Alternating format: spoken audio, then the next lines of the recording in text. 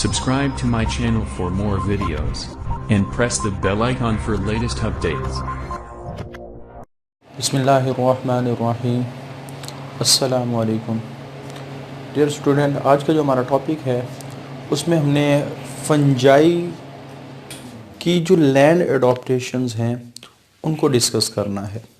Fungi की land adaptation से क्या मुराद है? फंजाई को कहा जाता है कि ये खुश्की का एक बहुत कामयाब तरीन ग्रुप है। यानी कुछ ऑर्गेनिज़म ऐसे हैं जो पानी में रहते हैं, पानी से बाहर निकाल दो उनकी डेथ हो जाती है, उनको मॉइस्चर चाहिए होती है ज़िंदा रहने के लिए। लेकिन खुश्की का कामयाब ऑर्गेनिज़म उसको कहा जाता है जिसमें दो बड़ी प्रॉपर्टीज़ हों। उसकी बॉडी इन्वायरमेंटल कंडीशन को टॉलरेट करने की सलाहियत रखती हो, और दूसरी प्रॉपर्टी उसकी रिप्रोडक्शन के लिए पानी रिक्वायर ना हो। तो अगर कोई ऑर्गेनिज़म ये दो बड़ी प्रॉपर्टी रखता है कि उसकी बॉडी के अंदर ऐसी करैक्टरिस्टिक हों कि उसको ज़्यादा टॉलरेबल बना दें लैंड एडॉप्टेशंस के अंदर, लैंड कंडीशन के अंदर, तो एक वो, दूसरा रिप्रोडक्शन में वाटर रिक्वायर ना हो, दूसरी कंडीशन ये, तो वो आसानी से ज़मीन के ऊपर सर्वाइव कर सकता है। लैंड एडॉप्टेशंस के लिए, यानी इस खुश्की पे आने के लिए बॉडी को ज़्यादा क्यों टॉलरेबल होना चाहिए, क्यों ज़्यादा रेजिस्टेंट होना चाहिए, क्यों ऐसे स्ट्रक्चर रखने चाहिए जो एक्सट्रीम कंडीशन को टॉलरेट कर सकते हों? वजह यह है क्योंकि लैंड का जो एनवायरनमेंट वो हर वक्त बदल रहा है, और बदलती हुई चीज़ हमेशा नुकसानदेह होती है। इस वजह से जब हम बात करते हैं लैंड के ऑर्गेनिज़म की, तो ये ज़्यादा रेजिस्टेंट पावर रखते हैं as compare to aquatic environment हमेशा कांस्टेंट होता है। पानी ठंडा है तो ठंडा रहेगा, गर्म है तो गर्म रहेगा। तो इस वजह से खुश्की पे आने के लिए ऑर्गेनिज्म को बहुत ज़्यादा ऐसे स्ट्रक्चर डेवलप करने पड़ेंगे जो उसमें रेजिस्टेंट पावर डेवलप करवा सकें। तो फंजाई एक one of the most successful group of land organism consider किया जाता है, क्योंकि इसकी बॉडी भी ऐसे स्ट्रक्चर रखती है जिसके पास रेजिस्टेंट पावर ज़्यादा है, और इसका जो रिप्रोडक्शन है वो वाटर रिक्वायर नहीं करता। तो इस वजह से इसको कहा जाता है it is a successful group of land organism. तो लैंड एडॉप्टेशन ऑफ फंजाई के, फंजाई ने वो कौन सी एडॉप्टेशंस की हैं, वो कौन से तरीक़ेकार को इख्तियार किया है जिसकी वजह से वो खुश्की पर रहने के काबिल हो गया? इसका लफ्ज़ी मतलब ये है। तो सबसे पहले फंजाई उस कंडीशन में ज़्यादा बेहतर ग्रो करेगा जो मॉइस्ट हो, नंबर वन। लेकिन अगर मॉइस्ट ना भी हो, ड्राई कंडीशन हो, लेकिन वहाँ ऑर्गेनिक मैटर मौजूद है, तो फंजाई वहाँ ज़िंदा रह सकता है, वहाँ ग्रो कर सकता है। इन मॉइस्ट कंडीशन में तो बहुत ही बेहतरीन ग्रोथ होगी ना, लेकिन अगर ऑर्गेनिक मैटर मौजूद है और कंडीशन थोड़ी बहुत ड्राई भी है, तो ये वहाँ ज़िंदा रहेगा, वहाँ ग्रो करेगा। उसके बाद फंजाई को successful group of land organism क्यों कहा जाता है? क्योंकि इट पोजेस सेवरल फीचर इसके पास मौजूद हैं। पोजेस का मतलब है इसने अपने पास रखे हुए हैं सेवरल फीचर, काफ़ी सारी ऐसी खुसूसियात को इन द बॉडी, जो इसकी बॉडी में है और जो इसके रिप्रोडक्शन के तरीके में है, दैट एडॉप्ट, जो उनको इस काबिल बनाती हैं दियर हैबिटेट, कि वो अपनी हैबिटेट में रह सकें खुश्की पर, and mood off terrestrial mood off life. Terrestrial का मतलब क्या है? खुश्की वाला जो मूड है, टेरिस्टियल कहते हैं खुश्की वाला जो इन्वायरमेंट है, उसको उसमें आसानी से ये सर्वाइव कर सकें। तो उन करैक्टरिस्टिक को हमने वन बाय वन डिस्कस करना है। तो पहला है एक्सटेंसिव हाइफल सिस्टम। ये अपनी बॉडी को फैलाने की सलाहियत रखते हैं, तो जितनी ज़्यादा इनकी बॉडी फैलेगी उतने ही इनके अंदर एब्जॉर्प्शन की सलाहियत ज़्यादा होगी। फूड के ऑब्टेन करने की जो पॉसिबिलिटी है, फूड को जो ऑब्टेन करने की पॉसिबिलिटी है वो ज़्यादा होगी, तो ज़्यादा अच्छे अंदाज में ये सर्वाइव कर सकती है। तो extensive system of fast spreading hyphae, तो इनका जो हाइफी वो तेज़ी से फैलने की सलाहियत रखता है। इसका फ़ायदा क्या होता है? To penetrate the substrate, substrate उस जगह को कहा जाता है जहाँ से फंजाई ने खुराक लेनी है। इनॉर्मसली इंक्रीज द सरफेस, और इनका फैलाव ज़्यादा होगा, सरफेस एरिया ज़्यादा होगा, एब्जॉर्प्शन ज़्यादा, न्यूट्रिएंट ज़्यादा मिलेंगे, ग्रोथ अच्छी होगी। और दूसरा है, ये हम इस जितने भी पॉइंट हैं ऑलमोस्ट हम पहले डिस्कस कर चुके हैं, और जस्ट कहते हैं पूरे जो चैप्टर हमने पढ़ा उसकी हम समरी आज डिस्कस करने लगे।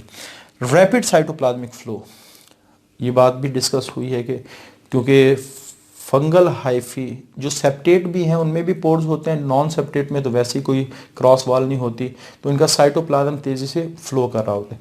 और जितने अच्छे अंदाज में साइटोप्लाज्म फ्लो करेगा उतने अच्छे अंदाज में ग्रोथ इस तरह होगी, जैसे पहले भी मैंने एग्जांपल दी थी, हमारे ब्लड सर्कुलेशन की तरह है। जितनी ब्लड सर्कुलेशन अच्छी होगी उतने ही ग्रोथ ऑर्गेनिज्म या इंसान की क्या होगी, अच्छी होगी। उसके बाद काइटिन, ये इनकी सेल वॉल में होती है। अब इस काइटिन के ख़राब होने के चांसेस ये सेलुलोज और लिग्निन से भी यानी अब कम है। सेलुलोज और लिग्निन ख़राब हो सकती है, और जो ही सेल वॉल ख़राब होगी तो सेल भी ख़राब हो सकते हैं, लेकिन काइटिन ज़्यादा मजबूत स्ट्रक्चर है, इसके ख़राब होने के चांसेस कम है। तो जब सेल वॉल कम ख़राब होगी तो सेल भी कम ख़राब होगा, तो जब सेल कम ख़राब होगा तो इसके ज़िंदा रहने के चांसेस ऑलमोस्ट बढ़ जाएंगे। तो आप देखें ये तीनों प्रॉपर्टीज़ ऐसी हैं जो इनके अंदर ग्रोथ की एबिलिटी को जनरेट करें। अब ये वाली प्रॉपर्टी सर्वाइवल की एबिलिटी को बढ़ा रही है मुख्तलिफ सख्त किस्म के हालात में। It is in their cell wall is more resistant to decay than are cellulose and lignin found in the cell wall of plant. तो प्लांट के सेल वॉल में सेलुलोज और लिग्निन होती है, लेकिन काइटिन जो फंगल सेल वॉल में होती है ये ज़्यादा रेजिस्टेंट टू डिके, आसानी से ख़राब नहीं होती, ज़्यादा रेजिस्टेंट टू डिके के आसानी से वो ख़राब नहीं होती। उसके बाद बेटर डिकम्पोजर, खुश्की पे कंपटीशन ज़्यादा है, कंपटीशन ज़्यादा है, खुराक कम अवेलेबल है, कंपटीशन ज़्यादा है। तो इस वजह से अगर कोई ऑर्गेनिज़म ज़्यादा सोर्सेज से फूड ले रहा है तो वो ऑर्गेनिज़म ज़्यादा कामयाब होगा। जैसे अगर हम डिकम्पोज़र की बात करें तो बैक्टीरिया भी डिकम्पोज़र है, फंजाई भी डिकम्पोज़र है, लेकिन बैक्टीरिया सेलुलोज और लिग्निन जो हर प्लांट सेल में होती हैं उनको नहीं तोड़ सकता। इसका मतलब है कि बैक्टीरिया प्लांट सेल पे कम अटैक करेंगे, लेकिन फंजाई प्लांट की सेलुलोज और लिग्निन को तोड़ के वहाँ से खुराक लेगी। तो इसका मतलब ये है कि दोनों के चांसेस ऑफ सर्वाइवल में से फंजाई के चांसेस ऑफ सर्वाइवल ज़्यादा है, क्योंकि इसके पास फूड ऑब्टेन करने की ऑप्शन क्या है, ज़्यादा है। तो can break down lignin and cellulose, ये सेलुलोज और लिग्निन को तोड़ सकता है और वहाँ से फिर न्यूट्रिएंट ले सकते हैं, लेकिन बैक्टीरिया इन लिग्निन और सेलुलोज को नहीं तोड़ सकती, यानी बैक्टीरिया के पास कोई ऐसे एंजाइम नहीं है जो सेलुलोज और लिग्निन को तोड़ सके। उसके बाद राइजोइड, चूँकि पानी कम अवेलेबल है खुश्की पे, तो इन्होंने अपने स्पेशल हाइफी बनाए हैं जो ज़मीन से वाटर को भी एब्जॉर्ब करें, ज़मीन के अंदर एंजाइम को रिलीज़ करें, वो जो ऑर्गेनिक मैटर को डाइजेस्ट करे, वहाँ से फूड की एब्जॉर्प्शन भी अच्छे अंदाज में हो। यानी राइजोइड को ओवरऑल फंक्शन क्या है, एब्जॉर्प्शन का है, वाटर की एब्जॉर्प्शन, न्यूट्रिएंट की एब्जॉर्प्शन, आप कह सकते हैं फूड की एब्जॉर्प्शन करते हैं। तो ये बहुत अच्छे अंदाज में एब्जॉर्प्शन करे। और ये स्ट्रक्चर किस में होती है, हम पहले डिस्कस कर रहे हैं, सेप्रोब्स जो डिकम्पोजर फंजाई हैं, जो गले सड़े मटेरियल से खुराक लेते हैं। तो इन सेप्रोब्स मॉडिफाइड हाइफी जिसको राइजोइड कहा जाता है, इसका एक फंक्शन तो ये है कि सबस्ट्रेट के अंदर ये पेनिट्रेट करेंगे। सबस्ट्रेट अभी डिस्कस हुआ है, वो जगह होती है, वो चीज़ होती है जिससे फंजाई ने खुराक लेनी होती है। और दूसरा एंजाइम रिलीज़ करके उसको डाइजेस्ट करेगी सबस्ट्रेट को, और फिर वहाँ से फूड को एब्जॉर्ब करेगी। उसके बाद इनकी रिप्रोडक्टिव प्रॉपर्टी, ये बहुत ही इम्पॉर्टेंट प्रॉपर्टी है जो डिसाइड करती है कि ऑर्गेनिज्म इक्वेटिक या इक्वेटिक के करीब वाला इन्वायरमेंट या प्योरली ड्राई कंडीशंस में रहेगा या नहीं रहेगा। यानी ये वाली जो प्रॉपर्टी है ये डिसाइड करती है ऑर्गेनिज्म क्या बहुत ही ज़्यादा खुश्की वाले इन्वायरमेंट जैसे सहराई इलाके, संगलाख पहाड़ में रह सकता है या नहीं रह सकता, या दरिया में रहेगा, समंदर में रहेगा, या समंदर और दरिया के करीब रहेगा, नमी वाली जगह पे रहेगा। ये प्रॉपर्टी डिसाइड करती है। आमतौर पे हर वो ऑर्गेनिज्म जिनकी रिप्रोडक्शन के लिए पानी चाहिए होते हैं, तो वो कभी भी लैंड के सक्सेसफुल ऑर्गेनिज्म नहीं कंसिडर किए जाते, क्योंकि लैंड पर हर जगह पानी अवेलेबल नहीं है अबंडेंटली। तो इसका मतलब ये हुआ कि वो ऑर्गेनिज्म जिनकी रिप्रोडक्शन के लिए पानी चाहिए वो तो या तो पानी में रहेंगे या पानी के करीब रहेंगे।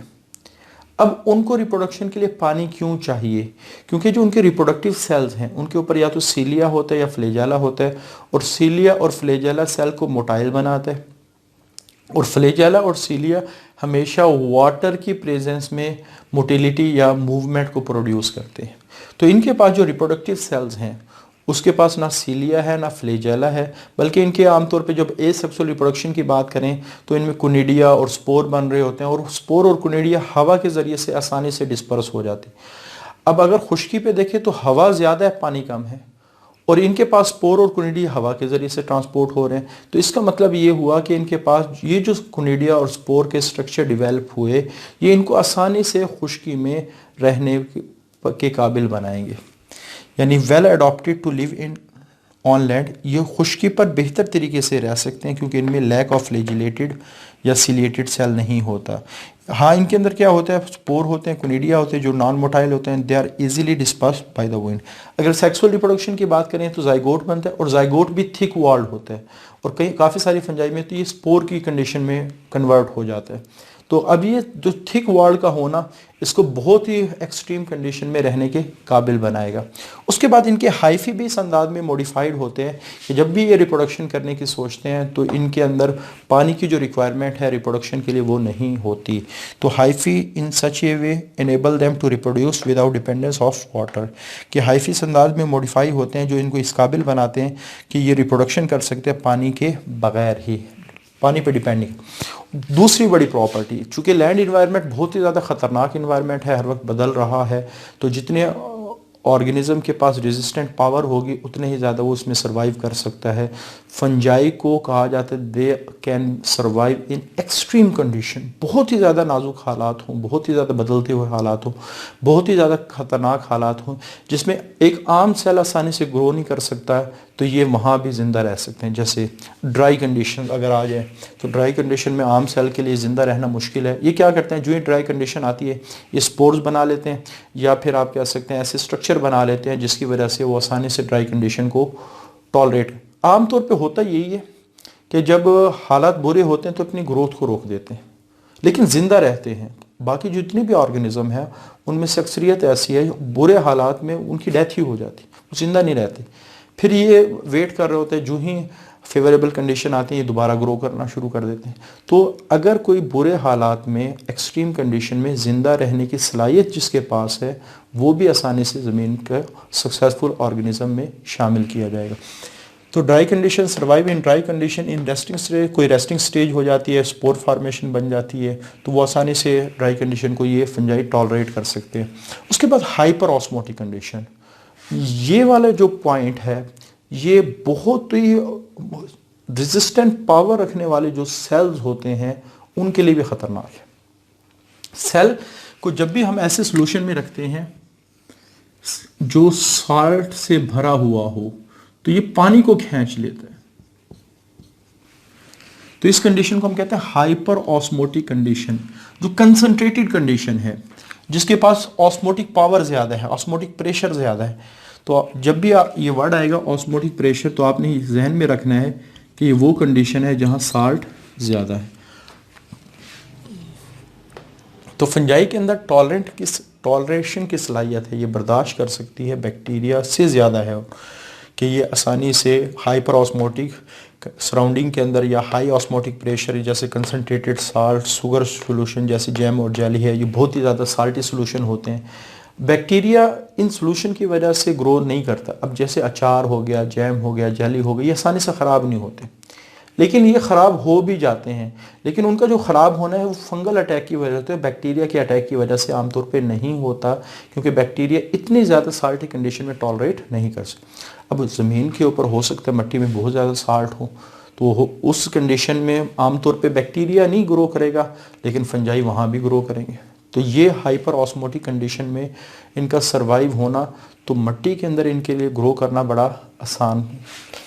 उसके बाद टेम्परेचर देखो, ज़मीन के ऊपर टेम्परेचर -5 और 50 सेंटीग्रेड बहुत कम इलाकों में है, आमतौर पे दरमियाना टेम्परेचर होता है। तो जब ये इतनी एक्सट्रीम कंडीशन को टॉलरेट कर सकते हैं तो फिर एक आम जगह पे तो ये आसानी से ग्रो करेंगे। तो ये इनकी बहुत बड़ी पावर है कि एक टेम्परेचर की एक्सट्रीम को टॉलरेट। इस वजह से हमारा जो रेफ्रिजरेटर है आमतौर पे उसमें टेम्परेचर होता है 0, -1, -2, -3, और उसमें रखी हुई चीज़ें आमतौर पे फंजाई ख़राब कर देती। इस वजह से आपने देखा होगा अगर संतरे वगैरह, माल्टे वगैरह अगर काफ़ी दिन फ्रिज में पड़ा रहे तो वो भी ख़राब होना शुरू हो जाए। हालांकि फ्रिज को बनाया ही इसलिए गया है ताकि वहाँ जरासीम वगैरह ग्रोथ ना करें, क्योंकि ठंड में जरासीम ग्रो नहीं करते, बैक्टीरिया ग्रो नहीं करते, प्रोटोजोन ग्रो नहीं करते, दूसरे बैक्टीरिया ऑर्गेनिज्म ग्रो नहीं करते। लेकिन फंजाई उस कंडीशन, तो हमारा खाना आमतौर पे जो रेफ्रिजरेटर और फ्रिज में ख़राब होता है तो वो फंजाई की इस करैक्टरिस्टिक की वजह से ख़राब होता है, फंगस उस पर ग्रो करना शुरू। pH 2 to 9, 2 strongly acidic condition, 9 strongly basic condition tolerate कर सकती है। अब इस तरह की कंडीशन ज़मीन के अंदर बहुत कम जगह अवेलेबल है कि वो बहुत ही ज़्यादा एसिडिक हो, बहुत ही ज़्यादा बेसिक हो, तो इस वजह से ये आसानी से ज़मीन के ऊपर ग्रो कर सकते हैं। फूड स्टोरेज, जब भी इनको, चूँकि ज़मीन का इन्वायरमेंट कॉम्पिटिटिव इन्वायरमेंट है, तो जब भी इनको फूड मिलेगी तो ये स्टोर करना शुरू कर देते हैं लिपिड ड्रॉपलेट्स की शक्ल में ग्लाइकोजन। ऑब्जेक्टिव बन सकते हैं कि फूड जो इनके पास एक्स्ट्रा हो तो वो किस शक्ल में स्टोर करते हैं। तो ये वो सारी करैक्टरिस्टिक हैं। अगर इन सारी करैक्टरिस्टिक को आप ओवरव्यू करें तो आपको नज़र आएगा, जो मैंने सबसे पहले 2 बातें की थी, कि हर वो ऑर्गेनिज्म खुशी का कामयाब तरीन ऑर्गेनिज्म है जिसके पास ऐसी प्रॉपर्टी हो जो उसको रेजिस्टेंट पावर दे, और ऐसी प्रॉपर्टी हो कि रिप्रोडक्शन विदाउट वाटर ये कर सके, तो वो लैंड का सक्सेसफुल ऑर्गेनिज्म कहलाएगा। वो आसानी से खुश्की पर आकर रह सकता है और कामयाब तरीके से ग्रो कर सकता है। तो one of the most successful growth of land organism में ये फंजाई शामिल है। तो आज के लिए इतना ही। अल्लाह हाफिज़। Subscribe to my channel for more videos and press the bell icon for latest updates.